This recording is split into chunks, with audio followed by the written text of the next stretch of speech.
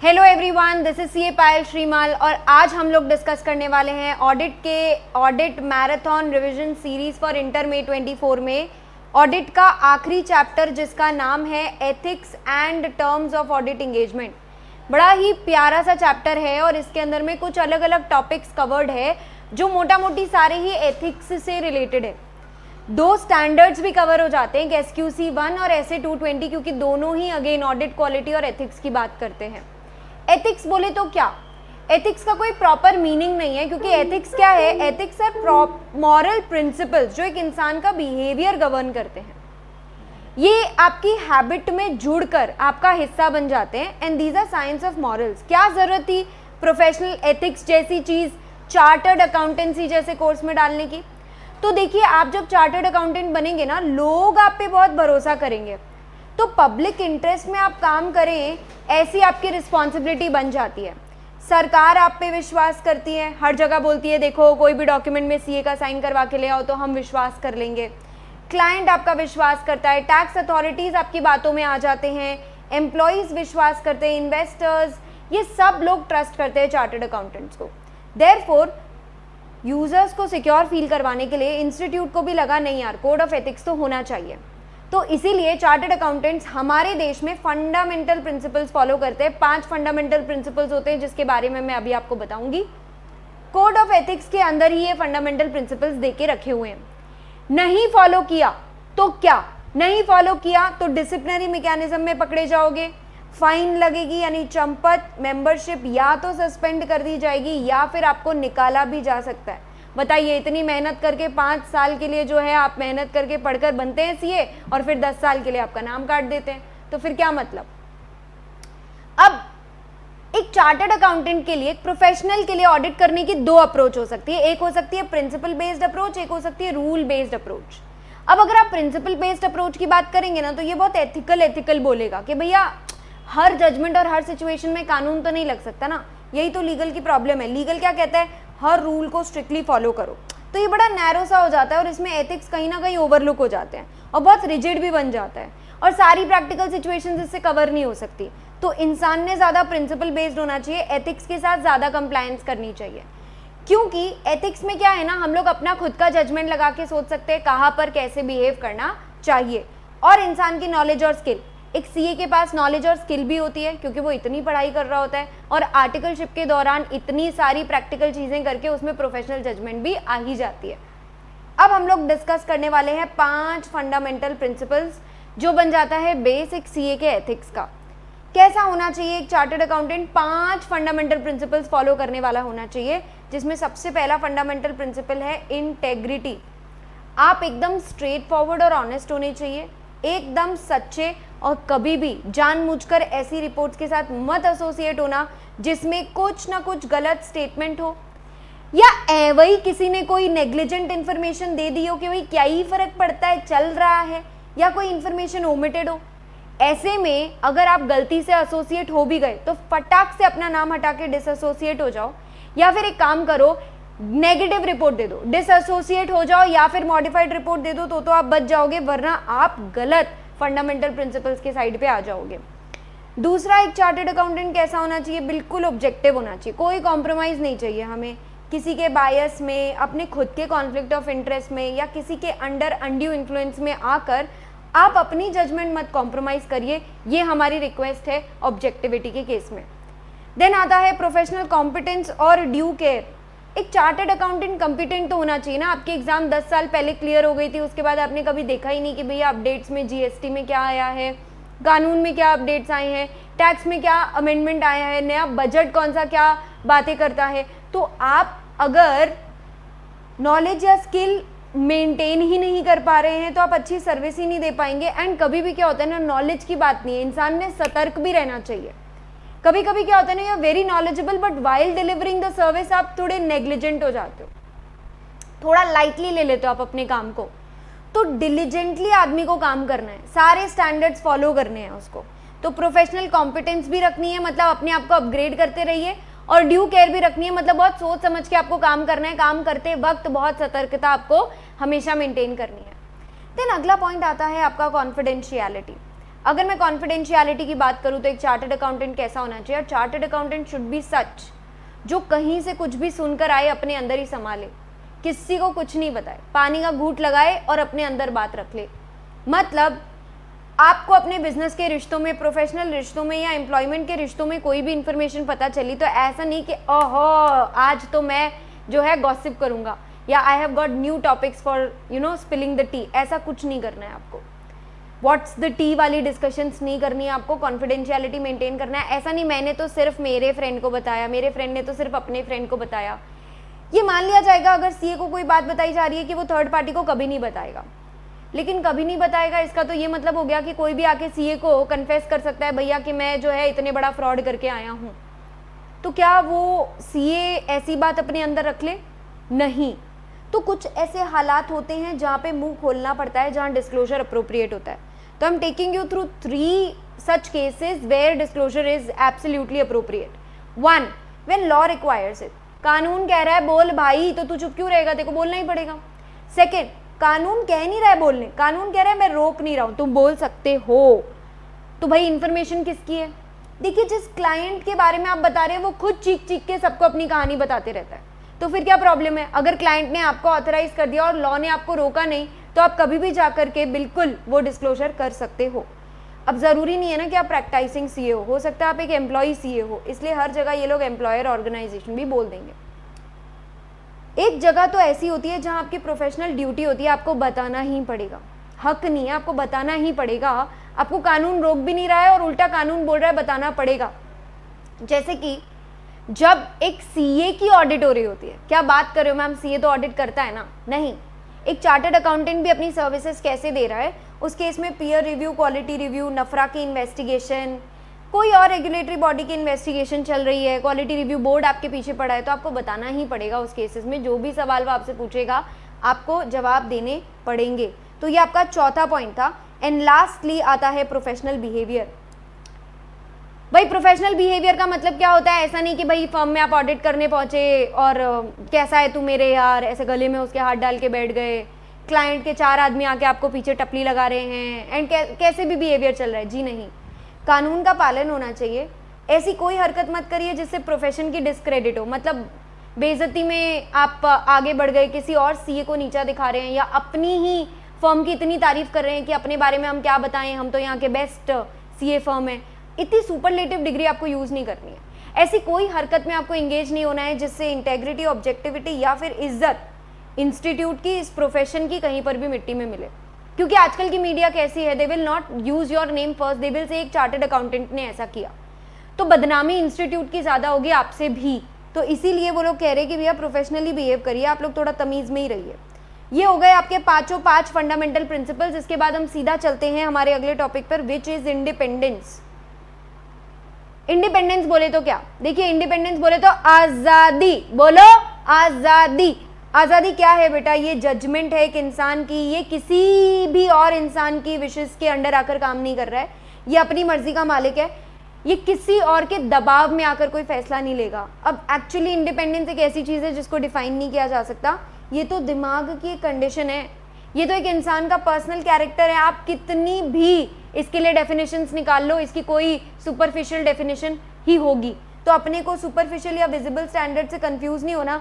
Actually तो independence क्या होता है? जब मैंने मन में ठान लिया कि मेरे को चीटिंग नहीं करनी है, मेरे को बिल्कुल भी कोई भी हालत में चीटिंग नहीं करनी है, अगर मैंने मेरे मन में ठान लिया कि मुझे अच्छी रिपोर्ट देनी है या मुझे जेन्युइनली जैसा है वैसे ही देना है, भले ही मेरे घर के लोगों की रिपोर्ट हो, तो उसको कहते हैं इंडिपेंडेंस। इंडिपेंडेंस के पर्सपेक्टिव देख लीजिए, 2 प्रकार से इंडिपेंडेंस हो रहा है, एक इंडिपेंडेंस दिमाग का, एक इंडिपेंडेंस अपीयरेंस का। इंडिपेंडेंस ऑफ माइंड क्या होता है? आपका ओपिनियन दूसरे से इन्फ्लुएंस नहीं हो, मतलब इंटेग्रिटी, ऑब्जेक्टिविटी और स्केप्टिसिज्म रखना है। स्केप्टिसिज्म क्या होता है आगे करेंगे डिस्कस डिटेल में। लेकिन एक होता है आप इंडिपेंडेंट हो, एक होता है आप इंडिपेंडेंट दिख रहे हो। देखिए कल को अगर आपने अपने जीजा की ऑडिट ले ली, फूफा की ऑडिट ले ली, बूढ़े की ऑडिट ले ली, तो दुनिया क्या कहेगी कि यार ये तो जान पहचान वालों की ऑडिट कर रहा है, मतलब ये बिल्कुल इंडिपेंडेंट नहीं होगा। यानी आप भले दिमाग से एकदम जेन्युइनली सही ऑडिट ही कर रहे होंगे, लेकिन क्योंकि आप इंडिपेंडेंट दिख नहीं रहे हो, लोग आपको शक कर रहे हैं, तो मत करो ना एक्सेप्ट ऐसी ऑडिट। तो कह रहे हैं जैसे भी एक रीजनेबली थर्ड पार्टी, जो इन्फॉर्म्ड थर्ड पार्टी होती है, अगर उसको लगता है आपकी इंटेग्रिटी, ऑब्जेक्टिविटी और स्केप्टिसिज्म कॉम्प्रोमाइज्ड है, जो ये 3 चीज़ें हैं वो मिसिंग है, तो उसको कह सकते हैं इंडिपेंडेंस ऑफ अपीयरेंस मिसिंग है। तो एक चार्टर्ड अकाउंटेंट का इंडिपेंडेंस सिर्फ होना चाहिए कि दिखना चाहिए? आंसर इज दोनों। दिमाग से भी इंडिपेंडेंट रहो, दिखो भी इंडिपेंडेंट। पर इस इंडिपेंडेंस को लग जाते हैं कभी कभी खतरे। इन खतरों को हम कहते हैं threats. There are again 5 threats to independence. पहला थ्रेट है self interest threat. Self interest threat मतलब क्या? एक चार्टर्ड अकाउंटेंट को खुद को ऐसा लग रहा है कि यार काश मैं मेरे क्लाइंट को अच्छी रिपोर्ट दे दूं, और अगर अच्छी रिपोर्ट दे दूं तो इसमें मेरा ही फायदा है। मतलब अपने फायदे के लिए अगर वो ऐसा कुछ सोच रहा है कि वो ऑडिट क्लाइंट को अच्छी रिपोर्ट दे दे जबकि उसके फाइनेंशियल स्टेटमेंट्स में गड़बड़ है, इसको सेल्फ इंटरेस्ट थ्रेट बोलेंगे। इसके कुछ एग्जांपल्स मैं आपको बताती हूँ। जैसे कि आपको अपने क्लाइंट में कोई फाइनेंशियल इंटरेस्ट है, आपके क्लाइंट ने आपको कोई लोन दे रखा है या आपके क्लाइंट ने लोन ले रखा है जो वो चुका नहीं रहा है। आइदर वेज आपके पैसे उस पर डिपेंडेंट है, या आप उसकी भारी फीस पर डिपेंडेंट हो, या करते करते बिजनेस में बहुत क्लोज आ गया आपका रिश्ता, या हो सकता है आप अपनी फर्म में जितना नहीं कमा रहे हो वो कंपनी, वो क्लाइंट आपको CFO की पोस्ट ऑफर कर रहा है और बहुत ही बढ़िया सैलरी दे रहा है। तो पोटेंशियल एम्प्लॉयमेंट की आपको टेंशन हो रही है कि यार मेरी चली जाएगी अगर मैंने इसको नेगेटिव रिपोर्ट दे दी तो, या फिर अभी तक फीस आई नहीं और अगला बंदा कह रहा है जैसी तू रिपोर्ट देगा वैसी मैं फीस देगा, तो उस हिसाब से आपकी जो अमाउंट है वो अफेक्टेड है। तो ये सेल्फ इंटरेस्ट थ्रेट के दायरे में आ जाएगा। जैसा इसका नाम है वैसा इसका काम है, इसलिए बहुत आसान है इसको याद रखना। अगला भी बिल्कुल अपने नाम पर ही गया है, self review threat. Self review क्या कहता है? मेरा ही किया हुआ काम मैं ही चेक करूंगा। ओ हो मजा ही आ जाएगा। अपना ही किया हुआ काम यदि आप चेक करने जाते हो तो इसमें दिक्कत क्या होगी? When you check your own work, आपको अपना किया हुआ काम तो मजा ही आएगा ना, आपको तो अच्छा ही लगेगा ना। कोई भी जजमेंट, कोई भी कंक्लूजन जो आपने ही आपके ही मुंह से निकली है, आप ही की टीम में आप ही ने करके दिया है वो कैलकुलेशन, तो आपको गलत कैसे लग सकता है? जैसे इसका एक एग्जांपल है, ऑडिटर खुद पहले डायरेक्टर था पिछले साल उस कंपनी में, तो जब वो डायरेक्टर था तो उसने बहुत सारे मैनेजेरियल डिसीजंस ले लिए, बहुत सारी कैलकुलेशंस वगैरह कर ली। अब वो बन गया ऑडिटर, तो वो गया फर्म में पिछले साल की FSC चेक करेगा, मतलब वो अपने ही काम चेक करेगा। अपने काम में भैया कौन गलती निकालता है? अपने हाथ का बनाया हुआ खाना तो क्या बढ़िया होता है, इतना स्वाद होता है, कितना मज़ा आता है। हमने किया मतलब दुनिया का बेस्ट काम है, तो हम अपनी गलती निकालेंगे ही नहीं। तो अगर ऑडिटर ने कोई सर्विस करी है और वही सब्जेक्ट मैटर ऑफ ऑडिट बन गई है, जैसे मैं ही पेरोल प्रोवाइडर हूँ कंपनी की और अब पेरोल मैं ही चेक करने जा रही हूँ, वाओ, तो मुझे तो कोई कमी नहीं दिखेगी ना, मैं तो बोलूँगी किसने किया इतना बढ़िया काम, ही तो ज़बरदस्त काम है। इसको कहते हैं सेल्फ रिव्यू थ्रेट। देन आता है एडवोकेसी। ये नाम से थोड़ा अनक्लियर है इसलिए इसको बाद में देखते हैं। फेमिलियरिटी थ्रेट, बहुत लंबे समय से आप क्लाइंट के साथ हो इसलिए आप शायद उससे बहुत सिंपैथेटिक हो गए हो, या आपको उसके इंटरेस्ट बहुत पसंद में आ रहे हैं, आप उसके बारे में ज़्यादा सोच रहे हो, आप इंडिपेंडेंट काम नहीं कर पा रहे हो। तो वो कैसे हो सकता है? अगर वो आपका क्लोज रिलेटिव है तो, या फिर आप पहले पार्टनर थे ऑडिट फर्म में, अब आप कंपनी के डायरेक्टर बन गए हो, either ways you are too closely related, या फिर बहुत लंबे समय से ये रिश्ता चले आ रहा है, या फिर वो मस्त बड़े बड़े गिफ्ट्स आपको देते हैं। तो इससे फेमिलियरिटी थ्रेट से छुटकारा पाने का क्या तरीका है? काम करो, हर 5 साल में ऑडिटर रोटेट करो। Just change your auditor. If you keep changing your auditor then it becomes very easy, क्योंकि वो दिल लगेगा ही नहीं ना, दूरी बन जाएगी। तो दूरियां जरूरी है, डिस्टेंस जरूरी है। इंटिमिडेशन थ्रेट में प्रेशर महसूस हो रहा है आपको, जो कंपनी है वो कह रही है आपको मेरी बात मान ले अकाउंट्स में, नहीं तो तेरे को रिप्लेस कर दूंगा, बहुत देखे तेरे जैसे सीए। तो अगर आप उसकी अकाउंटिंग प्रिंसिपल से अग्री नहीं कर रहे हो तो आपको निकाल देगा। या फिर वो कह रहा है देख मैंने तेरी फीस कम कर दी, अब तू काम भी कम कर, and naturally you will also feel कि यार इतनी कम फीस के लिए मैं इतने ज़्यादा घंटे या मैं इतनी बड़ी टीम क्यों लगा दूँ, या मैं इतना समय क्यों लगा दूँ। So that can also be intimidation threat. And then वो आपको धमकी दे रहे हैं हम आपको sue you in the court ले जाएंगे, ऐसा कुछ भी धमकी दे रहे हैं, तो वो भी आपके लिए एक थ्रेट बन गया है। आखिरी थ्रेट है एडवोकेसी। एडवोकेसी किसे नाम का हो गया, हिपोक्रेसी जैसा साउंड करता है, तो ये एक्चुअली हिपोक्रेसी थ्रेट ही है। कहता है आप क्लाइंट की कोई एक पोजीशन तो इतनी प्रमोट कर रहे हो, इतनी प्रमोट कर रहे हो कि लोगों को ऐसा लगने लगा है अब आप इनको नेगेटिव रिपोर्ट दे ही नहीं सकते। जैसे कि मैं निकली बाजार में, मार्केट में क्लाइंट के शेयर्स बेचने, तो शेयर कब बिकेंगे? जब मैं अच्छी रिपोर्ट दूंगी, तो भाई लाजमी है कि मुझे अच्छी रिपोर्ट देनी ही पड़ेगी। सिमिलरली एक लिटिगेशन के केस में मैं उसकी एडवोकेट बन गई। अब एडवोकेट बन गई हूँ तो मतलब मुझे उसे केस जिताना है, केस जिताने के लिए मुझे ऑडिट रिपोर्ट प्रेजेंट करनी पड़ेगी। ऑडिट रिपोर्ट तो मैं नेचुरली अच्छी दूंगी।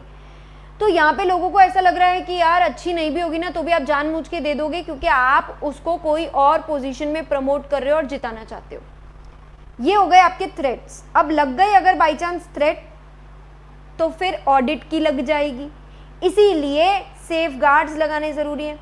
सेफगार्ड्स क्या होते हैं? वो एक्शंस होते हैं जो अकाउंटेंट्स लेते हैं थ्रेट्स को कम करने के लिए। ध्यान रखिएगा, हमेशा आपको इंडिपेंडेंट रहना भी है और दिखना भी है, रहना भी है और दिखना भी है। Independence of mind, independence of appearance. काम लेने से पहले एक बार थ्रेट्स कंसिडर ज़रूर कर लें। अगर थ्रेट एग्जिस्ट करते हैं तो काम या तो ले मत, या तो थ्रेट को कम करें सेफगार्ड्स लगाकर, और सेफगार्ड नहीं लगा पा रहे हो तो एक्सेप्ट मत करो काम को। सेफगार्ड का कोई एग्जांपल, जैसे कि मेरी टीम के अंदर में एंगेजमेंट टीम में एक मेंबर है, उसके पापा की कंपनी की हम ऑडिट करने जा रहे हैं, तो मैं उस बंदे को, उस पर्टिकुलर पर्सन को टीम से निकाल दूंगी इस ऑडिट के लिए। भाई तुम दूसरी ऑडिट में आना, इसको कहते हैं सेफगार्ड लगाना, सिंपल। या मेरे काम को मैं किसी और से वेरीफाई करवा रही हूँ, इसको सेफगार्ड लगाना कहते हैं। बाहर से कंसल्टेंट्स हायर कर लेना, इसको सेफगार्ड लगाना कहते हैं। तो चुपचाप सेफगार्ड लगा देने के। ये हो गए थ्रेट्स और सेफगार्ड्स। अब बात करेंगे प्रोफेशनल स्केप्टिसिज्म की। ऐसे 200 प्रोफेशनल स्केप्टिसिज्म कहता है हर वक्त सीए कैसा होना चाहिए? सीए होना चाहिए शर्लॉक होम्स टाइप।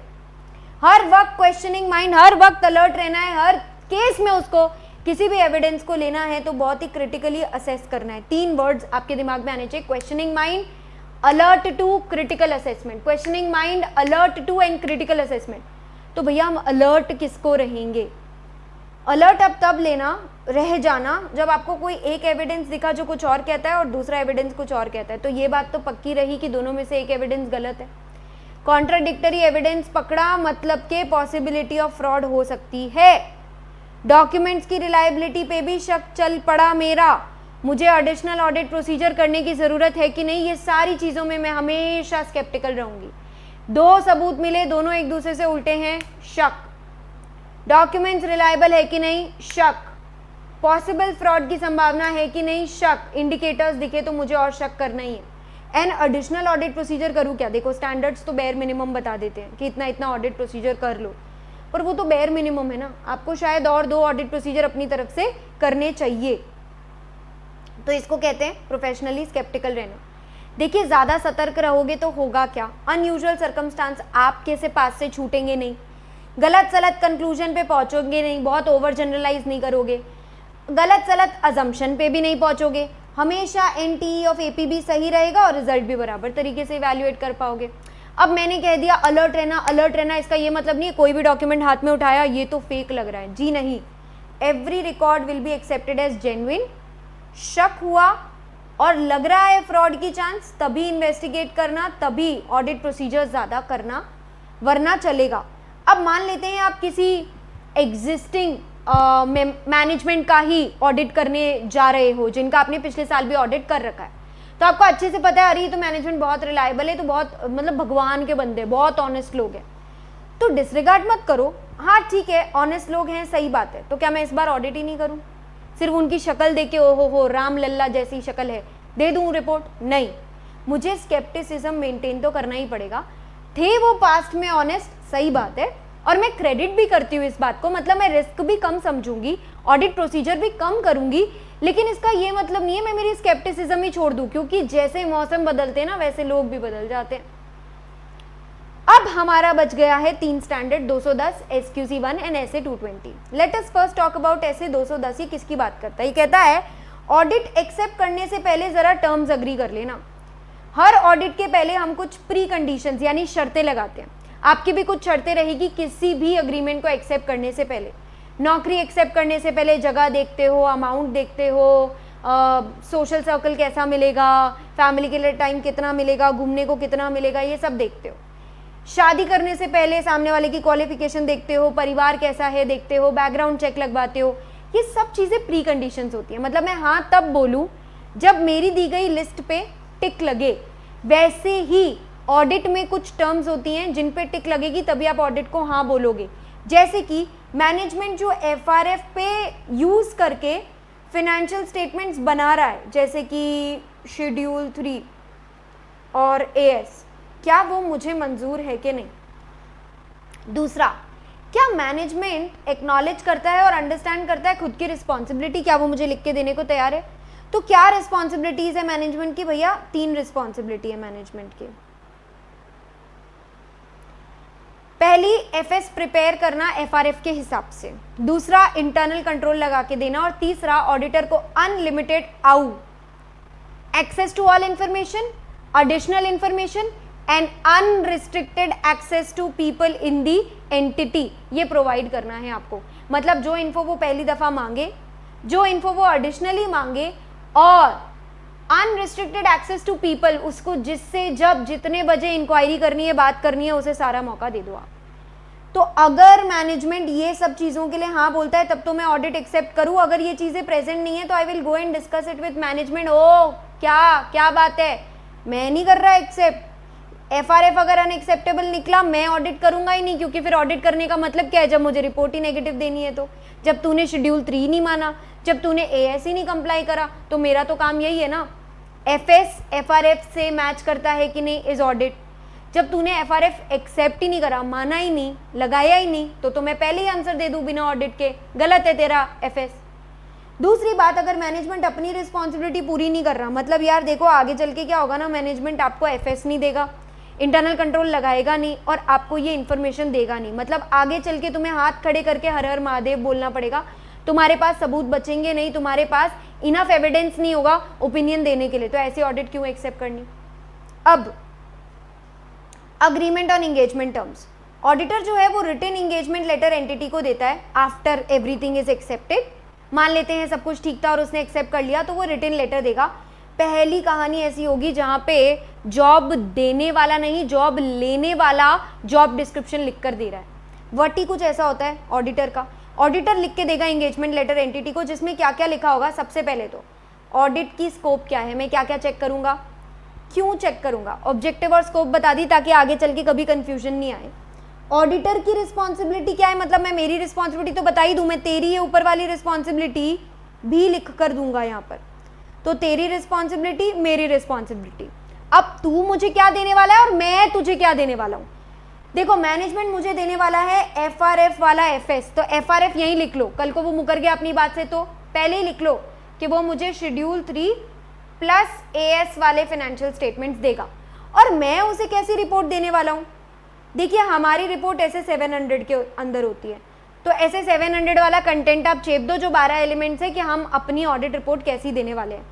लेकिन आपको भी पता है हम हर बार क्लीन रिपोर्ट नहीं देते, कभी कभी ऐसा कुछ 705 या 706 में हो जाता है जहां हमें रिपोर्ट चढ़ाने की ज़रूरत पड़ती है, तो हम मॉडिफाई भी कर सकते हैं, जिसके बारे में डिटेल में हम दूसरे चैप्टर में पढ़ेंगे।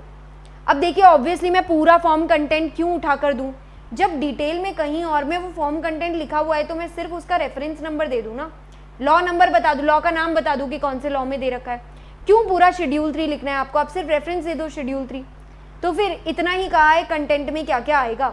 अब देखिए एक बार लिख कर दे दिया तो क्या हर साल वापस वापस वापस वापस सेम ही चीज़ लिख के दूँ क्या, जी नहीं। हर पीरियड में कोई नया एंगेजमेंट लेटर देने की कोई ज़रूरत नहीं है, एक्सेप्ट जब आपको ऐसा लग रहा है भुलक्कड़ एंटिटी है, भूल गई है, उसे टर्म्स रिवाइज कराने की ज़रूरत है या रिमाइंड करने की ज़रूरत है एग्जिस्टिंग टर्म्स। आपको कब लगेगा ऐसा कुछ, जब सबसे पहले ऑब्जेक्टिव स्कोप वाला पॉइंट उठा लो यहाँ से, ऑब्जेक्टिव स्कोप एंटिटी मिसअंडरस्टैंड कर रही है या फिर चीज़ें बदल गई, पिछले साल से इस साल में टर्म्स चेंज हो गए तो नई रिपोर्ट लिखनी पड़ेगी ना, या जिनको लिख के दिया था वो मैनेजमेंट चेंज हो गया, या ओनर्स चेंज हो गए, या एंटिटी का धंधा और साइज चेंज हो गया, या फिर एफआरएफ चेंज हो गया जो एंटिटी मुझे लिख के दे रही थी, या मैं जो एंटिटी को लिख के दे रही थी रिपोर्टिंग वो चेंज हो गई, या कानून चेंज हो गया। मतलब ये सब चीज़ें चेंज होने पर देखिए ना पुराना वाला नहीं चल पाएगा, इसीलिए हमें सारे चेंजेस करके देने पड़ेंगे। तो ऑब्जेक्टिव स्कोप वाला पॉइंट आ गया, एक तो ऊपर से रिपीट, एफआरएफ वाला रिपीट हो गया, रेगुलेटरी रिक्वायरमेंट वाला रिपीट हो गया, जिसको हम दे रहे थे वो ही चेंज हो गया है, या ओनरशिप चेंज हो गई है, या बिजनेस चेंज हो गया है। तो इस तरीके से आपके रेकरिंग ऑडिट का आंसर बनता है कि कब कब हमें दोबारा रिमाइंडर एंटिटी को देना पड़ता है अबाउट द टर्म्स। अब देख लेते हैं लिमिटेशन ऑन स्कोप। अब तक तो भैया आपने ऑडिट शुरू नहीं करी थी, उसके पहले मैनेजमेंट आप पे रोक टोक लगाने लग गया। अगर पहले ही रोक टोक लगा रहा है तो बताइए आगे जाके क्या होगा। आपको कहीं ना कहीं रिपोर्ट या ओपिनियन डिस्क्लेम करके यही बोलना पड़ेगा ना, I don't express any opinion. एक काम करिए, ऑडिट शुरू होने से पहले जो इतने रोक टोक लगा रहे हैं वो पता नहीं बाद में कितनी रोक टोक लगाए, आप छोड़ दीजिए। Don't accept such an audit. पर अब मान लेते हैं कि एक्सेप्ट कर चुके थे, स्टार्टिंग में तो मैनेजमेंट वो सो स्वीट, हाँ ये भी अलाउ करेंगे, ऐसे रखेंगे, रानी बनाकर रखेंगे, वो रखेंगे। इंगेजमेंट कंप्लीट होने से पहले उनके तौर तरीके बदल गए। पहले वो आपसे कह रहे थे कि भैया ऑडिट करवाने देंगे, फिर इन्होंने कहा नहीं नहीं नहीं नहीं रिव्यू ही कर लो। अब ऑडिट से रिव्यू में तो लेवल ऑफ एश्योरेंस कम हो जाता है, ऑडिट से रिव्यू में तो लेवल ऑफ एश्योरेंस कम हो जाता है। तो आप जरा उनसे रीजन समझिए। अगर वो आपसे रीजन कह रहे हैं कुछ भी ऊट पटांग, वो आपको लगा ही नहीं जस्टिफाइड, तो ना बोल दो। बोले नहीं मैं रिव्यू नहीं करूंगा, तेरे को ऑडिट करवाना है, तू करेगा ओरिजिनल एंगेजमेंट तो बोल। मान लेते हैं मैनेजमेंट नहीं करने दे रहा आपको ऑडिट, पर आप नहीं करना चाहते रिव्यू, तो अब भाई सीधी सी बात है, एक्सेप्ट तो कर चुके थे, तो विड्रॉ कर लो और चुपचाप TCWG ओनर्स, रेगुलेटर्स सबको इन्फॉर्म कर दो कि जय माता दी, हम ये रिश्ता अब आगे बढ़ाने वाले नहीं हैं। ये हो गया आपका रीजनेबल जस्टिफिकेशन जब नहीं था। मान लेते हैं कि सच्ची मुच्ची में अपन ने ऑडिट से रिव्यू क्यों शिफ्ट किया, बिकॉज शायद टाइम बहुत कम था और आपको लग रहा है कि नहीं नहीं जो रिपोर्ट है और जो काम है वो मतलब हम प्रॉपर कर पाएंगे, हम लोअर लेवल ऑफ एश्योरेंस भी दे पाएंगे तो चलेगा। तो ऐसे में आप टर्म्स चेंज करके अग्री कर लीजिए, नया लेटर लिख दीजिए और जो भी काम पहले किया था ना सब रफा दफा। Please don't refer to audit anywhere, सब जगह रिव्यू रिव्यू रिव्यू बोलोगे और जो भी प्रोसीजर्स आपने ऑडिट के लिए किए थे वो भी आप कहीं पे इंक्लूड मत करना। बट सपोज मान लेते हैं कि आपने ऑडिट और रिव्यू की जगह अग्रीड अपॉन प्रोसीजर्स में कन्वर्ट करवाया था, तो ये तो विदाउट एश्योरेंस वाली चीज होती है। इस केस में आप पुराना वाला रेफरेंस दे सकते हो क्योंकि वही काम तो आपको करने थे। तो ताकि रीडर कंफ्यूज ना हो जाए, हम लोग नॉर्मली ओरिजिनल एंगेजमेंट और प्रोसीजर परफॉर्म का रेफरेंस नहीं देते, पर अग्रीड अपॉन प्रोसीजर में कन्वर्ट हुआ है अगर आपका अरेंजमेंट, अगर आपका एंगेजमेंट, तो चलेगा, आप पुराना रेफरेंस भी दे सकते हो। कौन से केसेस में एक्चुअली अग्री करवाते हैं अपने, what are the circumstance, what are the factors जिसकी वजह से बार बार एक बार एंगेजमेंट शुरू होने के बाद उसमें बदलाव आ सकते हैं। देखिए, या तो हालात बदल गए, या फिर स्टार्टिंग में ही मुझे रिव्यू करवाना था, ऑडिटर ने गलत समझ लिया था, ऑडिट समझ लिया था, तो मिसअंडरस्टैंडिंग, या फिर हालातों ने लिमिटेशन लगा दी स्कोप पर या मैनेजमेंट ने लगा दी। तो लिमिटेशन लग गई तो ऑटोमेटिकली एश्योरेंस का लेवल तो कम हो ही जाएगा। तो किस किस केस में कौन कौन से फैक्टर्स हैं जो आपको लोअर लेवल ऑफ एश्योरेंस पे ढकेलते हैं, उसका भी आंसर इंपॉर्टेंट बन जाता है। इसके साथ आपका 210 कंप्लीट हो गया। Moving on to the last leg of the chapter, it talks about audit quality. Audit quality दो जगह दे रखी है, एक SQC 1 में और एक ऐसे 220 में, दोनों में लगभग सेम बातें ही कवर्ड है, इसीलिए ये तो आपके लिए वरदान जैसा है, एक के साथ एक टॉपिक मुफ्त। फर्क ये है, SQC 1 सारी इंगेजमेंट्स को लगता है आप ऑडिट कर लो, रिव्यू कर लो, आप अग्रीड अपॉन प्रोसीजर्स कर लो, आप रिलेटेड सर्विस कर लो, और ये पूरी फर्म को लगता है, क्योंकि SQC 1 talks about overall quality of everything that a chartered accountant does. But ऐसे 220 तो स्टैंडर्ड ऑन ऑडिटिंग है, तो ये तो ऑडिट इंगेजमेंट्स के रिलेटेड बात करेगा, एंगेजमेंट टीम को ही लगेगा ये तो केवल। तो दोनों अलग अलग चीज़ें हैं। पहले मैं आपके साथ SQC 1 डिस्कस करी हूँ जो पूरी फर्म पे लगने वाला है। तो ये क्वालिटी कंट्रोल सब पर एप्लीकेबल है, यानी ऑडिट कर लो हिस्टोरिकल फाइनेंशियल इन्फॉर्मेशन के, या रिव्यू कर लो, या दूसरी अश्योरेंस कर लो, या रिलेटेड इंगेजमेंट्स कर लो, एनीथिंग इज फाइन, सब पर लगता है ये।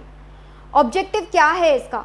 ऑब्जेक्टिव रीजनेबल अश्योरेंस ये पाना है कि मेरी जो टीम है, मेरे जो लोग हैं, उनको सबको सारे स्टैंडर्ड्स, सारे कानून पता है ना, और वो सबका पालन कर लेंगे ना। एंड फाइनली अल्टीमेटली हमारा आखिरी हथियार क्या है? रिपोर्ट। तो रिपोर्ट एकदम अप्रोप्रिएट होने चाहिए सर्कमस्टांस में। Now I want to tell you something कि यही सेम ऑब्जेक्टिव जो SQC 1 का है वही ऐसे 220 का भी है, सेम टू सेम। और तो और सारे के सारे पांचों छह एलिमेंट्स ऐसे 220 के और SQC 1 के सेम है, सिर्फ इस वाले का नाम अलग है, अंदर की फीलिंग तो वो भी सेम ही है।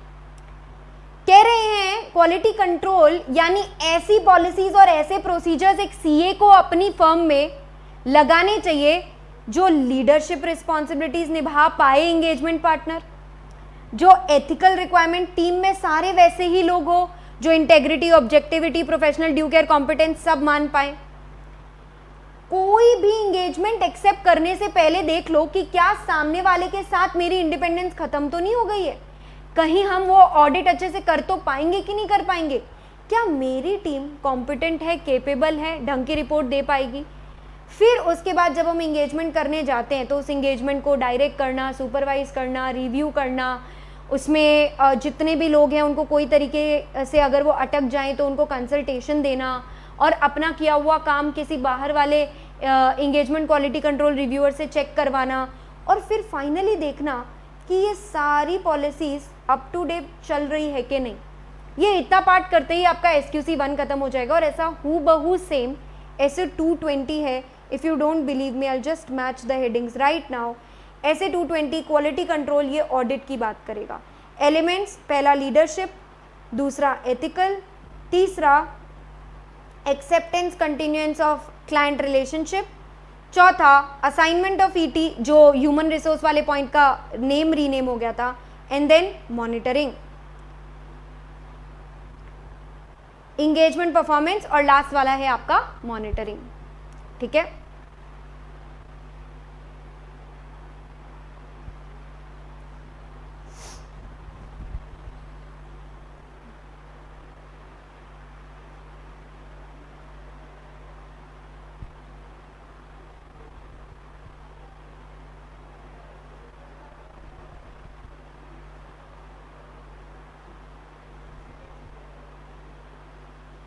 इन सारे पॉइंट्स को याद रखने का एक सिंपल सा ट्रिक है। ह्यूमन, अभी इलेक्शन आ रहे हैं 2024 के, आप लोगों के बीच में एकदम हॉट फेवरेट चर्चा है वो, तो उससे आप ध्यान रख सकते हो एक ह्यूमन हमेशा जज करेगा या मॉनिटर करेगा एक एथिकल लीडर की परफॉर्मेंस बिफोर एक्सेप्टिंग हिम। हम लोग वोट करने से पहले एक लीडर एथिकल है कि नहीं, ऐसे उसकी परफॉर्मेंस को हमेशा मॉनिटर करेंगे, तब जाके वोट देने जाएंगे। तो आप याद रख सकते हो, human will always monitor performance of ethical leader before acceptance. अब इसके अंदर में एक एक करके सारे एलिमेंट्स को हम कवर करते हैं। सबसे पहले लीडरशिप रिस्पॉन्सिबिलिटी थी। देखिए, एक CA की फर्म में ऐसी पॉलिसीज और प्रोसीजर्स बना दिए जाने चाहिए जहाँ पे अंदर का एक वातावरण और माहौल ही ऐसा बन जाए कि भैया जो भी हो जाए क्वालिटी तो एकदम एसेंशियल है। अब पूरी फर्म की रिस्पॉन्सिबिलिटी की बात कर रहे हैं तो CEO या मैनेजिंग पार्टनर के पास रिस्पॉन्सिबिलिटी आएगी। जैसे ही मैं ऐसे 220 में जाऊंगी, ये पूरी रिस्पॉन्सिबिलिटी हर बार इंगेजमेंट पार्टनर के नाम पे आ जाएगी। कौन होता है इंगेजमेंट पार्टनर, क्या होती है उसकी ड्यूटी, ऐसे 220 में देखेंगे। For SQC 1 it will be CEO या मैनेजिंग पार्टनर। अल्टीमेट रिस्पॉन्सिबिलिटी इनकी हो जाएगी फर्म के क्वालिटी कंट्रोल की, और ये आदमी भी बढ़िया एक्सपीरियंस, एबिलिटी, अथॉरिटी वाला आना चाहिए। इनफैक्ट इसने अपनी लीडरशिप से ऐसा एग्जाम्पल सेट कर देना चाहिए कि सबको पता हो हमारी फर्म में तो भैया जो अच्छा ऑडिट का वर्क करेगा उसको रिकॉग्नाइज किया जाएगा और उसी को रिवॉर्ड किया जाएगा, ऐसा सबको पता होना चाहिए। देन एथिकल रिक्वायरमेंट्स आपका सेकेंड पॉइंट बनता है। ऐसी पॉलिसी प्रोसीजर्स बनाओ कि रीजनेबल अश्योरेंस ले पाओ कि आपकी फर्म और पर्सनल सारे के सारे वो जो 5 फंडामेंटल एथिकल रिक्वायरमेंट्स आपने पढ़ी थी, 5 फंडामेंटल प्रिंसिपल्स आपने पढ़े थे, वो पूरे अपन कंप्लाई कर पा रहे हैं कि नहीं। All fundamental principles like integrity, objectivity, professional competence, due care, confidentiality वगैरह वगैरह। आपको इंडिपेंडेंस भी रखनी है, ये बात भी हम ऊपर देख ही चुके हैं। अब देखिए, हर बार फर्म के अंदर में एक मौका होना चाहिए जहां पे जो CEO या मैनेजिंग पार्टनर है ना, वो पहले सारे लोगों को बताएगा कि इंडिपेंडेंस का मतलब क्या होता है, कितना इंडिपेंडेंट तुम्हें होना है, कितने दूर के रिलेटिव का ऑडिट तुम नहीं ले सकते, कितने साल पहले तुमने किसी फर्म को छोड़ दिया होना चाहिए तब जाके तुम उसका ऑडिट ले सकते हो। मतलब ऐसा डिफाइन कर दो। जैसे ही आपने उसको डिफाइन कर दिया, अब उसको पता है कि भाई मैं कौन से एक पर्टिकुलर क्लाइंट के ऑडिट के लिए इंडिपेंडेंट हूँ या नहीं हूँ। हर बार एक्सेप्ट करने से पहले वैसे हालात या वैसे रिलेशनशिप्स को इवैल्यूएट किया जाता है जिससे किसी ना किसी प्रकार का 5 में से कोई थ्रेट पैदा हो। सेल्फ रिव्यू, कोई प्रकार का थ्रेट, आपका सेल्फ जो इंटरेस्ट थ्रेट है, एडवोकेसी थ्रेट है, कुछ भी। जैसे थ्रेट दिखा अप्रोप्रिएट एक्शन लो कि उसको हटा सके, सेफगार्ड लगाने की कोशिश करो, नहीं लगता है सेफगार्ड, छोड़ दो, वो ऑडिट नहीं लेनी है, वो अश्योरेंस नहीं लेनी है, वो रिव्यू नहीं करना है। इंगेजमेंट पार्टनर फर्म को हर एक क्लाइंट की डिटेल देगा ताकि हर एक फर्म का बंदा तुरंत बता सके, अच्छा ये क्लाइंट तो मेरे ये लगते हैं, मैं इसकी ऑडिट नहीं कर सकता, मतलब वो तुरंत अपना थ्रेट नोटिफाई करेंगे। और जितनी जगह थ्रेट था किसी ने कोई एक्शन नहीं लिया, इसलिए इंडिपेंडेंस हो गया ब्रीच, उसकी इंफॉर्मेशन तुरंत फर्म को मिलनी चाहिए ताकि वो अप्रोप्रिएट एक्शन ले सके। साल में एक बार सभी पर्सनल रिटन में कंफर्म करेंगे फर्म को कि हम इंडिपेंडेंट हैं, हम ऑडिट करने लायक हैं, हम किसी के अधीन नहीं हैं, whatever is there statement और द मेथड। देन आता है acceptance and continuance of client का रिश्ता। आप कोई भी नए क्लाइंट को एक्सेप्ट कर रहे हो, एग्जिस्टिंग क्लाइंट को कंटिन्यू कर रहे हो या एग्जिस्टिंग क्लाइंट के साथ नया रिश्ता कंटिन्यू कर रहे हो, उसके पहले प्लीज ये 3 चीजें जरूर चेक कर लेना। फर्स्ट, क्या आपका क्लाइंट सीधा है या जलेबी की तरह गोल गोल गोल गोल है, यानी क्लाइंट की इंटेग्रिटी पहले चेक कर लेना। You don't want to be associated with a criminal, क्योंकि सबसे पहले नाम आप ही का धुलेगा उसके साथ। आपकी फर्म तो लायक है कि नहीं, क्या फर्म के पास समय और रिसोर्सेज है इतने बड़े आदमी का ऑडिट करने के लिए?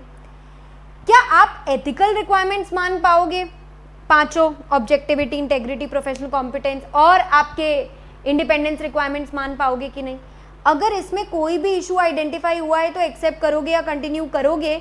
मान लेते हैं अगर आपने एक्सेप्ट किया तो बताइए उस इशू को कैसे रिजॉल्व किया था, क्योंकि बिना इशू रिजॉल्व किए तो आप एक्सेप्ट ही नहीं कर पाए होंगे। कोई भी कॉन्फ्लिक्ट ऑफ इंटरेस्ट को प्रॉपर्ली पहले सॉल्व करना, फिर एक्सेप्ट करना एंगेजमेंट। अगर फर्म को बाद में ऐसी कोई इन्फॉर्मेशन मिलती है जो उसे पहले पता होती तो वो एंगेजमेंट नहीं एक्सेप्ट करता, तो फाइनली एक काम करो, विड्रॉ ही कर लो और रेगुलेटरी अथॉरिटीज़ को इन्फॉर्म कर दो, बता दो उनको कि क्या क्या गड़बड़ थी, और अगर हमें ये पहले पता होता तो हम लोग एक्सेप्ट ही नहीं करते, और विड्रॉ करने की भी सोचो।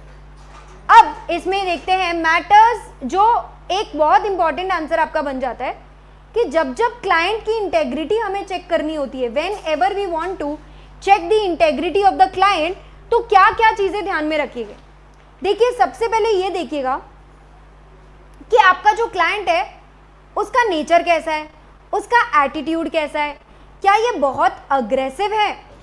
अगर आपको ऐसा लगता है कि एक क्लाइंट की ऐसी लिमिटेशन है कि उसका एटीट्यूड ही इतना खराब है, वो बहुत अग्रेसिव है, उसकी रेप्यूटेशन ही खराब है, अगर ऐसी इंडिकेशन आपको दिखती है उसके नेचर से, तो फिर एक काम करिए, मत चुनिएगा उसको। हालांकि ये तो मैंने ऐसे टाइम पास तरीका बताया, अब मैं आपको रियल में समझाती हूँ व्हाट दीज पॉइंट्स मीन। ये कह रहे हैं आपके क्लाइंट की आइडेंटिटी और रेप्यूटेशन बहुत खराब है मार्केट में, डोंट एक्सेप्ट। क्लाइंट का बिजनेस अंडरवर्ल्ड का काम करता है, वो बिजनेस की प्रैक्टिसेस एकदम हफ्ता वसूली वाली, मत एक्सेप्ट करिए। क्लाइंट का एटीट्यूड बहुत ही अग्रेसिव है, अग्रेसिव किसकी तरफ है? मारपीट नहीं करता, एक्चुअली एएस वगैरह का बहुत ही टेढ़ा एप्लीकेशन करता है। अपनी फर्म की फीस यानी सीए को बहुत कम फीस देना चाह रहा है, मतलब वो जानबूझ के चाहता है सीए कम काम करे ताकि कम काम पकड़े उसका। हो सकता है आपका क्लाइंट मनी लॉन्ड्रिंग में इन्वॉल्व हो, ब्लैक का वाइट, वाइट का ब्लैक। और पिछली फर्म को क्यों नहीं अपॉइंट किया उन्होंने? क्या पिछली फर्म को कुछ पता चल गया था क्या उनके बारे में? ये सब इंडिकेटर्स हैं कि आपकी ये जो फर्म है ये गड़बड़ कर रही है, इसीलिए आप इसका ऑडिट एक्सेप्ट मत करिए। तो इसका आंसर याद रखने के लिए आप कैसे याद रख सकते हो? आप ऐसे याद रख सकते हो कि आपका जो क्लाइंट है ना, उसके नेचर में एक इंडिकेशन है कि उसकी रेप्यूटेशन खराब है, उसका एटीट्यूड बहुत अग्रेसिव है।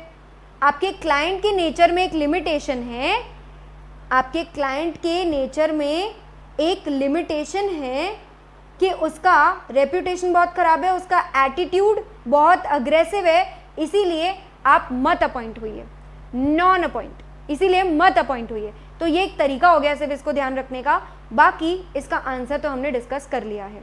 ओके, अब आ जाते हैं हम लोग डी ह्यूमन रिसोर्स पर। ऐसी पॉलिसीज प्रोसीजर्स बनाइए कि आपके फर्म के जितने भी लोग हैं केपेबल, कम्पिटेंट और कमिटेड ही लाइए, और अगर है नहीं तो ट्रेनिंग से सिखा दीजिए। कोई भी हालत में प्रोफेशनल स्टैंडर्ड, रेगुलेटरी रिक्वायरमेंट और रिपोर्ट अप्रोप्रिएट होनी चाहिए। ये 3 बातें पूरी जगह रिपीट होती है। स्टार्टिंग में ऑब्जेक्टिव से शुरू हुआ था, बार बार यही आता रहेगा। आपकी एचआर की बात करूं तो ट्रिप डाउन बीएसटी लेन होगा, सारी पॉलिसीज और प्रोसीजर्स एचआर वाले इश्यूज सॉल्व करेगी जो आप बचपन में पढ़ते थे, रिक्रूट करना, ट्रेन करना, उनको पैसे देना, उनकी परफॉर्मेंस इवैल्यूएट करके प्रमोशन वगैरह करना, करियर डेवलपमेंट करना। कोशिश यही करें कि एक एक एम्प्लॉई का, एक एक टीम मेंबर का, एक एक अकाउंटेंट का प्रोफेशनल डेवलपमेंट होता रहे। देन आता है आपका इंगेजमेंट परफॉर्मेंस। इंगेजमेंट परफॉर्मेंस के अंदर बहुत सारी चीज़ें आती है। इंगेजमेंट टीम को ब्रीफ करके बता दीजिए कि वो लोग ऑडिट क्यों कर रहे हैं या कोई भी काम क्यों कर रहे हैं, स्टैंडर्ड्स कैसे कंप्लाई करते हैं, सुपरविजन ट्रेनिंग कैसे होती है, उनका काम कैसे रिव्यू किया जाएगा, और उनको हर चीज़ का डॉक्यूमेंटेशन करना है। Once you tell them they can go and do their audit. अब ऑडिट करते वक्त उनके काम को आपको पूरी तरीके से सुपरवाइज, रिव्यू, ट्रेन सब करना पड़ेगा। मान लेते हैं कि वो कहीं पे भी अटक जाते हैं, तो फिर ऐसे में वो आपसे कंसल्टेशन ले सकते हैं। कंसल्टेशन किससे लेंगे? किसी स्पेशल एक्सपर्टीज से। अब ये एक्सपर्ट पर्सन फर्म के अंदर का भी हो सकता है, बाहर का भी हो सकता है। अगर फर्म के अंदर वो रिसोर्सेज नहीं है तो किसी बाहर के एडवाइजरी से आप इन्वॉल्व करके मुश्किल मुद्दे डिस्कस कर लीजिए। टैक्स के मैटर, लॉ के मैटर, कुछ भी आप डिस्कस कर सकते हो। एक्चुअली अकाउंट्स और ऑडिट का तो एक्सपर्ट सीए खुद ही होता है, इसलिए उस केस में एक्सपर्ट्स नहीं हायर करेंगे, पर बाकी सब केसेस में अपन एक्सपर्ट्स हायर कर सकते हैं। फिर उसके बाद में अपन बाहर के एक बंदे को, जिसको कहते हैं इंगेजमेंट क्वालिटी कंट्रोल रिव्यूअर, इसे बुलाएंगे ताकि हमारे सिग्निफिकेंट जजमेंट्स को रिव्यू कर सके। कितना रिव्यू करेगा डिपेंड करता है कितना मुश्किल काम है और उसे कितनी गड़बड़ लग रही है ऑडिट रिपोर्ट में। EQCR के आ जाने से इंगेजमेंट पार्टनर की रिस्पॉन्सिबिलिटी कम नहीं होती है और EQC रिव्यू लिस्टेड एंटिटी में करवाना मैंडेटरी है। ज़रूरी है कि आप किसी एक इंडिपेंडेंट पर्सन से प्रॉपरली अपना काम चेक कराएं, मतलब एवरी ऑडिट की डबल ऑडिट हो जाएगी। अगर बाई चांस मान लेते हैं कि इंगेजमेंट टीम के विद इन झगड़ा हो गया कोई ओपिनियन को लेकर, या जिससे हमने फर्स्ट केस में कंसल्ट किया था या जिससे हमने सेकंड केस में रिव्यू करवाया था, उनसे हमारा झगड़ा हो गया, यानी डिफरेंस ऑफ ओपिनियन आ गया, हमने कुछ और सोचा, उनने कुछ और सोचा, तो झगड़ो बैठ के। जब तक ये झगड़ा रिजॉल्व नहीं हो जाता तब तक ऑडिट रिपोर्ट इशू मत कर देना। EQCR का रिकमेंडेशन अगर एक्सेप्ट नहीं कर रहा है इंगेजमेंट पार्टनर, तो ये लोग लड़ते रहेंगे तब तक जब तक निवारण नहीं निकल जाता। मान लेते हैं दोनों अपने अपने POV से पीछे हटने को तैयार नहीं है, तो बाहर से किसी प्रैक्टिशनर या रेगुलेटरी बॉडी को बुलाओ, वो इनका झगड़ा सुलझाएगी। इंगेजमेंट डॉक्यूमेंट, इसके बारे में everything you have read in SA 230। Assembly 60 दिनों में करना, रिटेंशन 7 ईयर्स, ओनरशिप मेरा डॉक्यूमेंट होता है, मैं अपनी मर्जी से डिस्क्रिप्शन अवेलेबल करवा सकती हूँ। इसके अलावा पॉलिसीज, प्रोसीजर्स कुछ ऐसी डिज़ाइन करिए कि सारा डॉक्यूमेंटेशन छुपा हुआ रहे, सेफ इंसान की कस्टडी में रहे, इसकी इंटेग्रिटी मेंटेन रहे, कोई छेड़छाड़ ना कर सके, सबको एक्सेसिबल हो, अगर गुम जाए, डिलीट हो जाए, आर्काइव हो जाए तो रिट्रीव भी हम कर पाए, वापस ले भी हम पाए। ये सब चीज़ों का हमें ध्यान रखना होगा। देन आपका लास्ट आंसर बन जाता है मॉनिटरिंग। मॉनिटरिंग मतलब देखिए, ये जो पॉलिसी प्रोसीजर ऊपर वाले 5 स्टेप्स में बनाई है, सबको हमेशा रेलेवेंट रखना, काफ़ी रखना, चलते हुए रखना, और कानून बना देने से नहीं होता है, कानून अप्लाई भी होना चाहिए। तो it must really be practised by the people of the firm.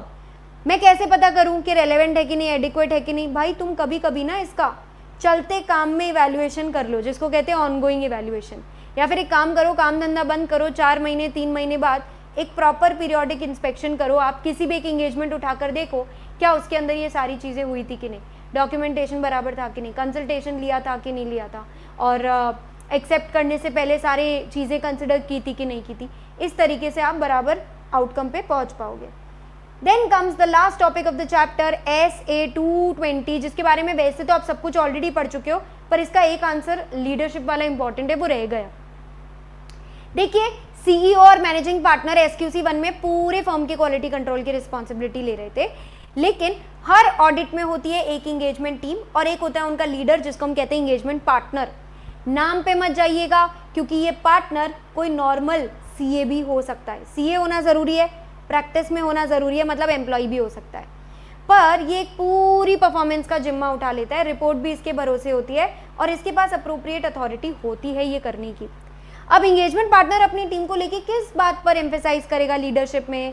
ये सबको वही 2 मेन चीज़ें बोलेगा, एक प्रोफेशनल स्टैंडर्ड लीगल रिक्वायरमेंट और एक ऑडिट रिपोर्ट अप्रोप्रिएट। ये 2 तो पॉइंट कब से रिपीट हो रहे हैं। तीसरा, क्वालिटी इज एसेंशियल, गलती से भी क्वालिटी को इग्नोर मत करना। ये पॉइंट मैं SQC 1 में पढ़ा चुकी हूँ। देन तुम क्यों सिर्फ आईसीआई के कानून मानो, मेरी खुद की फर्म की भी तो पॉलिसीज है, तो मेरी फर्म की जो क्वालिटी कंट्रोल पॉलिसीज है वो भी माननी पड़ेगी। और डरो मत, कोई भी कंसर्न है तो खुलकर पूछो, कोई गड़बड़ नहीं होगी, कोई तुम्हारे साथ पनिश नहीं किया जाएगा किसी को। चुपचाप कंसर्न दिल खोलकर पूछो, कोई गड़बड़ लग रही है, कुछ भी लग रही है तो धाकड़ बनो, डरो मत। इस तरीके से लीडर अपनी टीम को सिखाता है। देन आता है आपका एथिकल रिक्वायरमेंट्स। एंगेजमेंट पार्टनर की रिस्पॉन्सिबिलिटी है सारे थ्रेट्स इंडिपेंडेंस के ढूंढना, सही इंसान को सही वक्त पर वो बताना ताकि अप्रोप्रिएट एक्शन लिया जा सके। देखिए थ्रेट मिलेगा तो 2 ही चीज़ कर सकते हो, या तो उस एक्टिविटी को एलिमिनेट करो, सेफगार्ड लगाओ, या फिर विड्रॉ कर लो। या तो थ्रेट ठीक करो या छोड़ दो, ये दोनों में से कोई, इसके अलावा कोई तीसरी चीज़ पॉसिबल नहीं है। देन अब अगर मैं कोई भी क्लाइंट का रिश्ता एक्सेप्ट या कंटिन्यू करती हूँ तो 3 चीज़ें तो मैं पहले से देखते हुए आ रही थी। इंटेग्रिटी, क्या मेरी टीम कंपिटेंट केपेबल है, टाइम रिसोर्सेज है, क्या मेरी टीम एथिकल रिक्वायरमेंट्स कंप्लाई कर पा रही है, ये तीनों तो सेम मैं पढ़ चुकी थी, सिर्फ ये एक चौथा पॉइंट नया यहाँ पे ऐड हुआ है। सिग्निफिकेंट मैटर्स जो हुए थे पिछले एंगेजमेंट के दौरान, जिसका आज भी मैं भुगतान भुगत रही हूँ। अगर मुझे लगता है पिछले ऑडिट के दौरान ऐसा कुछ कहा सुनी बहस या क्लोजनेस या कोई प्रकार की फेमिलियरिटी या एडवोकेसी थ्रेट पैदा हो गई जिसके बाद अब हम ऑडिट नहीं कर सकते, या हमें पिछली बार ही पता चला कि इनकी इंटेग्रिटी खराब है, ऐसा कुछ भी जो पिछले ऑडिट में हुआ तो अब हम एक्सेप्ट नहीं करेंगे। ये सारी कंसिडरेशंस कब कब करनी होती है? नए क्लाइंट आने के पहले तो जबरदस्त।